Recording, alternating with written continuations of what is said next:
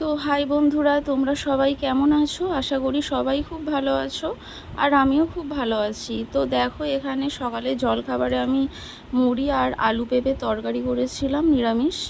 তো সেটা খাচ্ছিলাম আমি আর আমার বর। তো তারপরে রান্নায় চলে গেছিলাম। এখানে পনির এনেছিল, পনির কেটে নিয়েছিলাম। তো তারপর ভাত বসিয়ে দিয়েছি, ভাত ফুটে গেছিলো।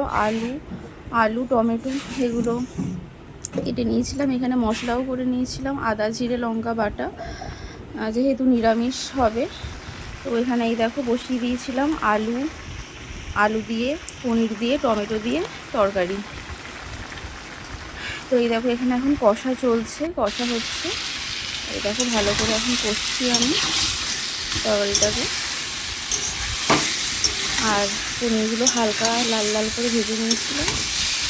তো ভালো করে পনির, আলু, টমেটো ভালো করে কষছি এখন। আর তোমরা কে কোথা থেকে আমার ভিডিও দেখছো অবশ্যই আমাকে কমেন্ট করে বলবে, তো আমার তাহলে আরও বেশি ভালো লাগবে। তো তারপরে দেখো আমি জল দিয়ে দিলাম, কষা হয়ে গেছে, আমি জল দিয়ে দিয়েছিলাম।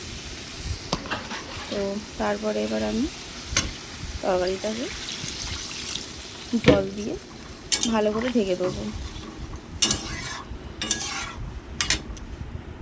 তো তারপরে দেখো বন্ধুরা, আমরা দুপুরের ভাত নিয়ে চলে এসেছিলাম, গরম গরম একদম আলু পনির টমেটো দিয়ে তরকারি। আর এই জলখাবারের একটু পেঁপের তরকারি ছিল, ওটাই নিয়ে নিয়েছিলাম আমি আর আমার বর খাচ্ছি দেখো।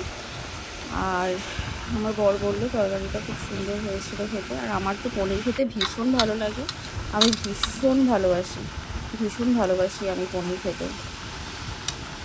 ওই দেখো লঙ্কাটা ডলে আমি ভাজছিলাম। আর এখানে আমি একটু স্পাইসি পছন্দ করি বলে গোটা কাঁচা লঙ্কা দিয়ে দিয়েছিলাম ডলে খাবো বলে। এই দেখো।